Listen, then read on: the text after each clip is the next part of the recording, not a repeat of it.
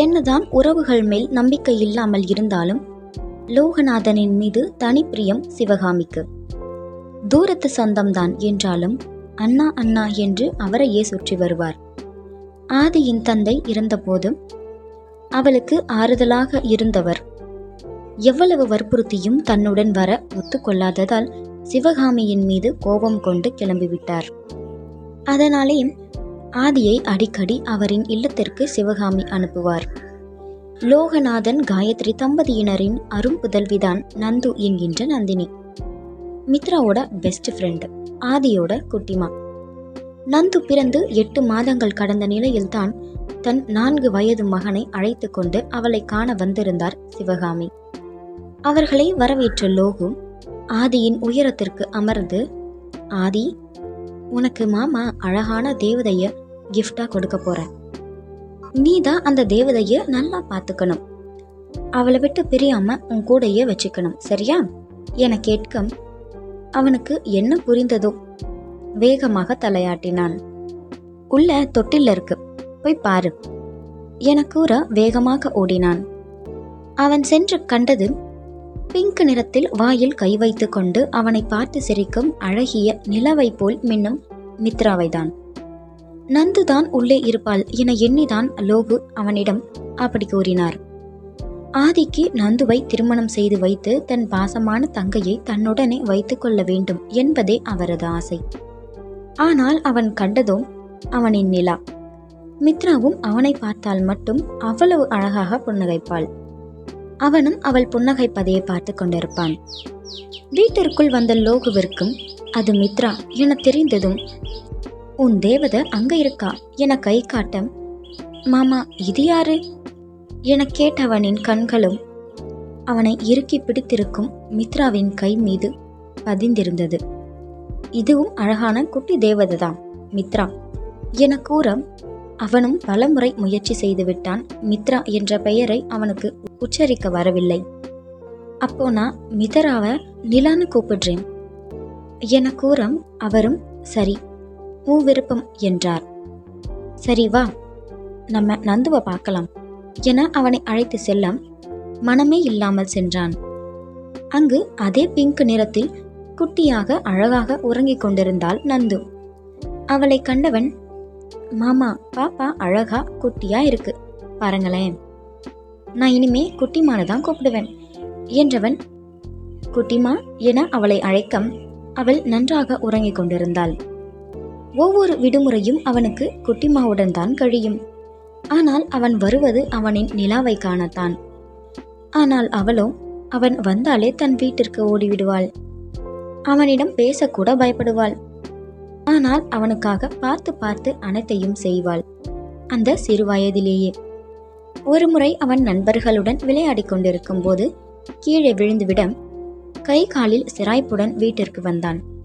அவனை கண்டு பயந்து ஓடும் மித்ரா அவனை அந்த நிலையில் கண்டதும் கண்களில் கண்ணீர் வழிய ஓடி வந்து, வலிக்குதா என கேட்க அவள் கண்ணீரை துடைத்து விட்டவனுக்கு பெரும் அதிர்ச்சி. முதல் முறையாக அவனின் நிலா அவனிடம் பேசியுள்ளாள். இதற்காக எத்தனை முறை வேணாலும் அடிபடலாம் என தோன்றியது ஆதிக்கு. அன்று முழுவதும் அவன் கைகளை பிடித்து கொண்டே அவனுடனேயே சுற்றி திரிந்தாள் மித்ரா. ஆனால் எதுவும் பேசவில்லை. சிவகாமிக்கு நந்துவை காட்டிலும் மித்ராவை மிகவும் பிடிக்கும். தன்னை சிவபேபி என அழைக்கும் மித்ரா என்றால் அவருக்கு கொள்ளை பிரியம். மித்ரா பேபி, என்ன பண்றீங்க என கேட்க சிவகாமியிடம், நான் பேபியா? அவள் தன் தாடையில் கை வைத்து கொண்டு கேட்க, உங்களுக்கு 5 வயது தானே ஆச்சு, நீங்க பேபி தான் என கூற, உங்க பேர் என்ன? சிவகாமி என்றவரிடம், அப்போ நீங்க எனக்கு சிவ பேபி என்றவளிடம், நான் உனக்கு பேபியா என கேட்க மறுபடியும் யோசனை செய்வது போல் மேலே பார்த்தவள் அவரை பார்த்து ஆமாம் என்று கூற அவளை அணைத்து கொண்டார். மித்ரா ஆதிக்காக அழுவதை கண்டவர் அவள்தான் அவனுக்கு எல்லாம் என முடிவெடுத்து விட்டார். இதை மற்றவர்களிடம் கூற லோகு மனதினுள் வருந்தினாலும் மித்ராவும் அவர் மகள் போலதான் என்பதால் சரி என ஒத்துக்கொண்டார். இவர்கள் இங்கே இப்படி பேசிக்கொள்ள அங்கு மித்ராவும் அவனுக்காக எல்லாம் செய்வாள். ஆனால் அவனிடம் பேச மாட்டாள். அவன் தலைவலி என்றால் அந்த 10 வயது சிறுவனை தன் குட்டி மடிமேல் படுக்க வைத்துக் கொள்வாள். அவனுக்கு தன் பிஞ்சு விரல்களால் ஊட்டிவிடுவாள். அவன் ஏதாவது குறும்பு செய்தால் சிவகாமி திட்டம் வாய் எடுக்கும் போதே அவள் அழுது விடுவாள். அவனை யாரும் அடிக்கக்கூடாது, திட்டக்கூடாது, ஏன் அவனிடம் சத்தமாக கூட பேசக்கூடாது. அவனின் உயிர் மித்ரா என்றால் குட்டிமா அதற்கும் மேல். அவனின் சிறந்த தோழி, அவனை விட சிறிய பெண் என்றாலும் அவனுக்காக எதையும் செய்வாள். ஆதியும் அவள் தேவதையை பேச வைக்க பல முயற்சி எடுத்தும் பலன் வீண்தான். வாயை திறக்கவே மாட்டேன் என்பது போல் இருப்பாள். இப்போது பேசாமல் இருப்பதற்கும் சேர்த்து எதிர்காலத்தில் பேசுவாள் என தெரிந்திருந்தால் முயற்சியை எடுத்திருக்க மாட்டான். அழகாக சென்று கொண்டிருந்த இவர்களின் கண்ணாம்பூச்சி ஆட்டத்திற்கு ஒரு முடிவு வந்தது. மித்ராவின் அப்பாவிற்கு வேலை மாறுதலாக வெளியூர் செல்லும் நிலைமை வர அவரும் வேறு வழியின்றி சென்று விட்டார்.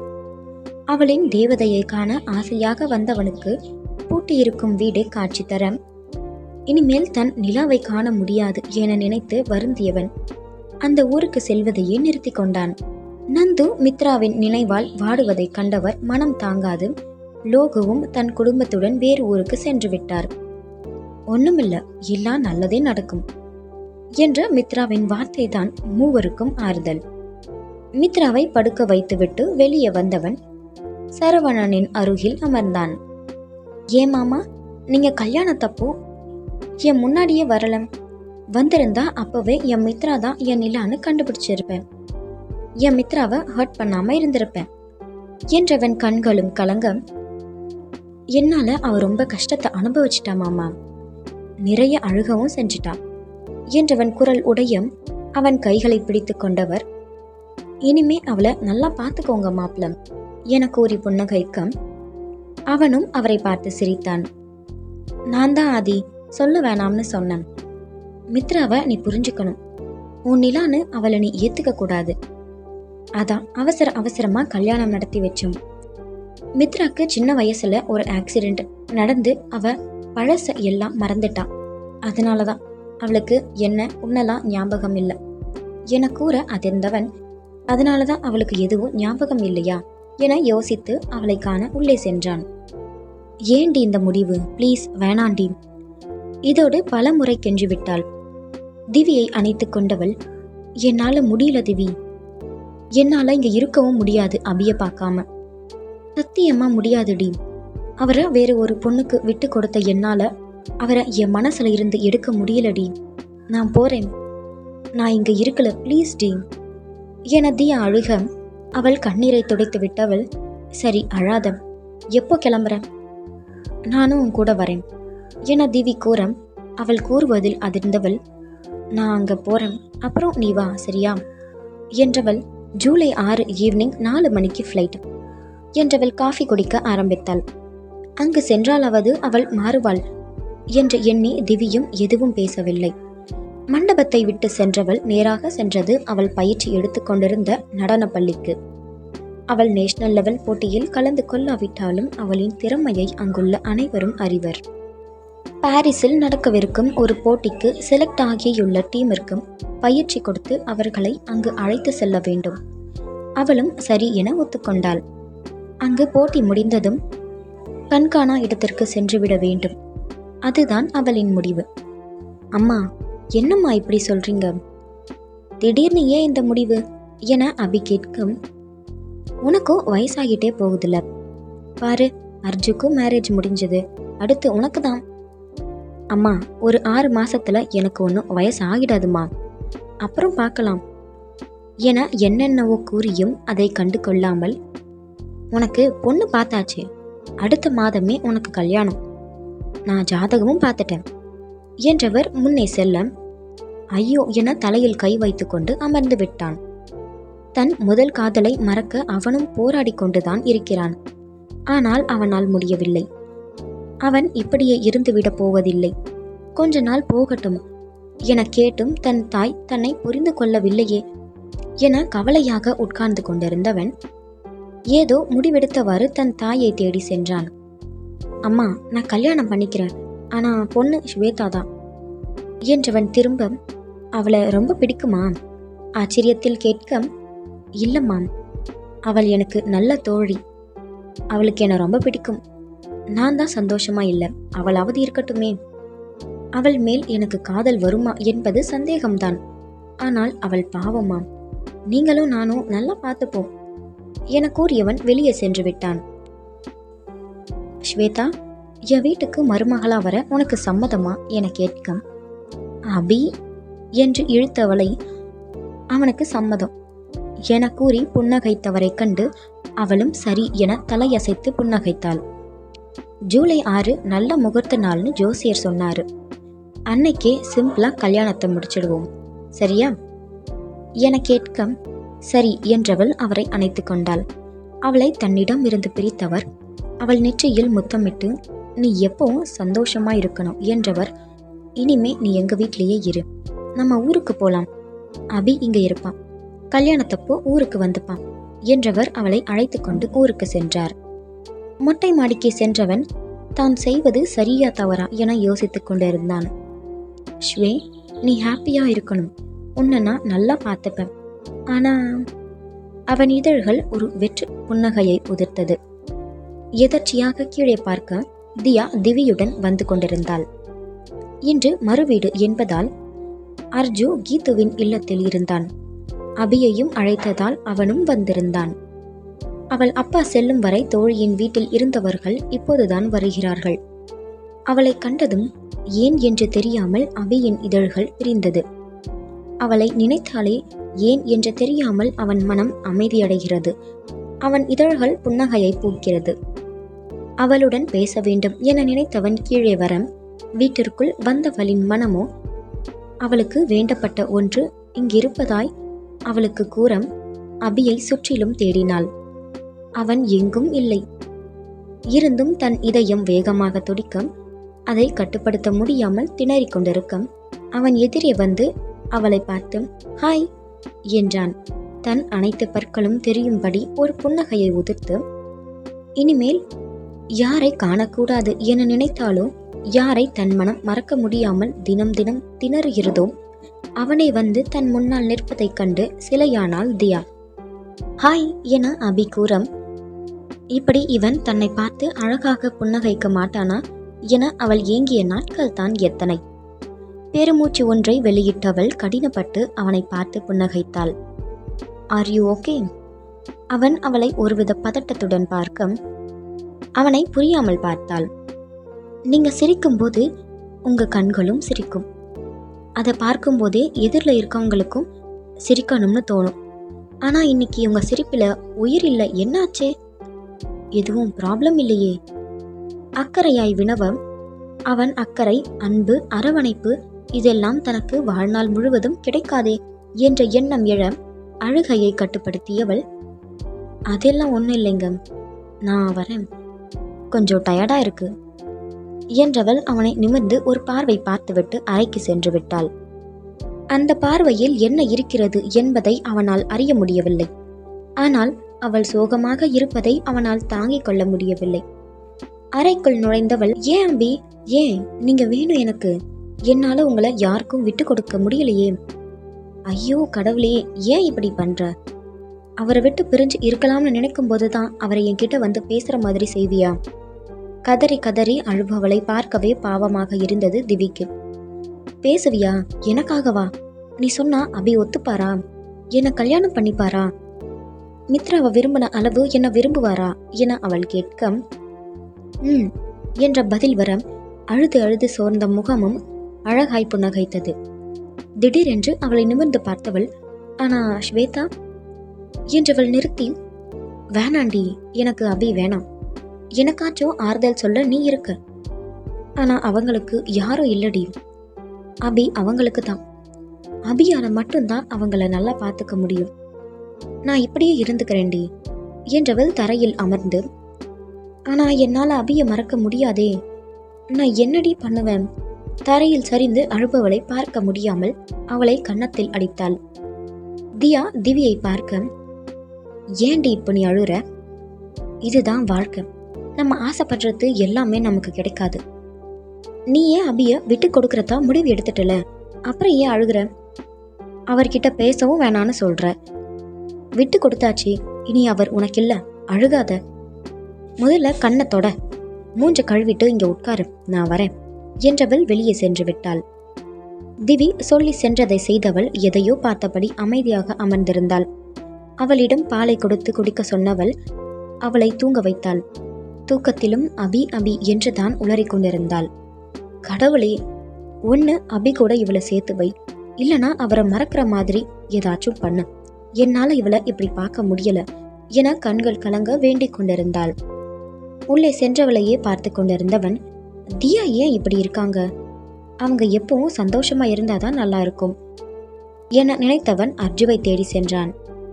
அவனை பார்த்தவன் தன்னையும் மீறி சிரித்து விட்டான்.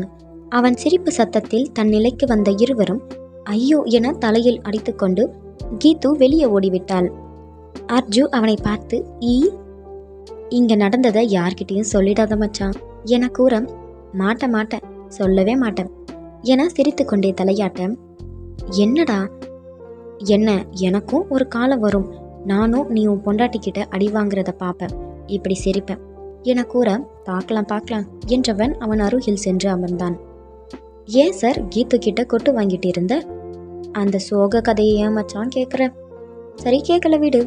ஐயோ, அப்படிலாம் சொல்லிடப்படாது, கேட்கணும், நண்பன் பாவம்ல என கூறி கன்னத்தில் கை வைத்து கொண்டு என்ன நடந்துச்சுன்னா என்றவன் மேலே பார்க்க, இப்ப நானும் மேலே பார்க்கணும் அதானே?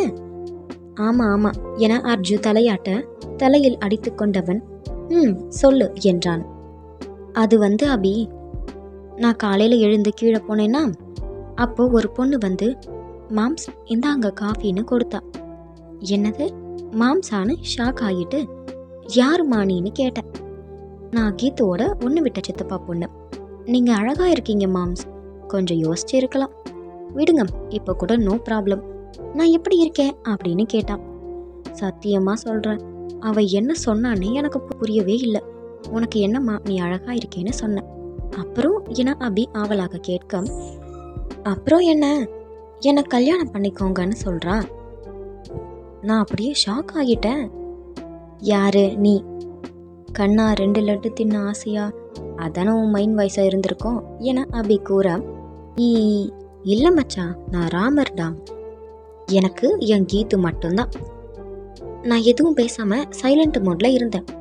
யாரும் பொண்டாட்டி வந்து ஒன்று விட்டா பாரு, இப்போவும் வலிக்குதுடா, ஹாஹா என அபி சிரிக்க, அப்புறம் என அர்ஜு ஆரம்பிக்க, அப்புறம் என்ன ஆகியிருக்கும்? அங்க விட்டது பத்தாதுன்னு எங்கேயோ வந்து வெளுத்து வாங்கியிருப்பா அதானே? சேச்சே இல்ல, கன்னத்துல கொசு, அதான் அடிச்சேன்னு சொல்லிட்டு, மீனு மாமா கிட்ட விளையாடினது போதும், போ சாப்பிடுன்னு சொல்லிட்டு என்னை ரூமுக்கு இழுத்துட்டு வந்து என்கிட்ட மட்டும் நல்லா வாய் அடிக்கிற, அவகிட்ட வேணாம்னு வாய் திறந்து சொல்ல கஷ்டமா அப்படின்னு சொல்லி நல்லா கொட்டிட்டாடா, பாரேன் வீங்கிருச்சு. போதுண்டா, என்னால முடியல, நான் சொல்ல வந்ததே மறந்துட்டேன் பாரு என்றவன் அபிஸ்வேதா திருமணம் பற்றி கூற, அவ சந்தோஷமா இருப்பா, நீ என கேட்க அவனை பார்த்து விரக்தியாக புன்னகைத்தவன், தெரியல மச்சான், அவ ரொம்ப கஷ்டப்பட்டுட்டாடா, இனிமேலாவது சந்தோஷமா இருக்கட்டுமே. ஆனா நீ, உன்னால இருக்க முடியுமாடா? திருமணங்கிறது சும்மா இல்லடா, நீ அவளை உன் மனைவியா ஏத்துக்கலாம், ஆனா நீங்க சந்தோஷமா இருக்க காதல் வேணும்டா. இப்போதைக்கு இந்த கல்யாணம் வேணாம்டா. இல்ல மச்சான், அம்மா கேட்டுக்கிட்டே இருக்காங்க, என்னால பழச மறக்க முடியும்னு தோணலடா, அவளுக்கு நல்ல கணவனா இருப்பேன், காதல் தெரியலடா. மித்ராவை இன்னும் மறக்கலையா? ஐயோ, அவ இன்னொருத்தரோட மனைவிடாம், அவளை நான் நினைச்சிட்டு இருக்கிறது தப்பு, அவ மேல வச்ச காதல், அது ஏற்படுத்தின காயம், அதை தான் மறக்க முடியல. அபியை அணைத்து கொண்டவன், விடுமச்சை பார்த்துக்கலாம், நடக்கிறது எல்லாம் நல்லதுக்காகத்தான். சரிடா, நான் கிளம்புறேன், அம்மா வர சொன்னாங்க, ஜூலை 6 மேரேஜ் டாம், சிம்பிளா கோவில்ல, கண்டிப்பா வந்துடு என்றவன் கிளம்பி விட்டான்.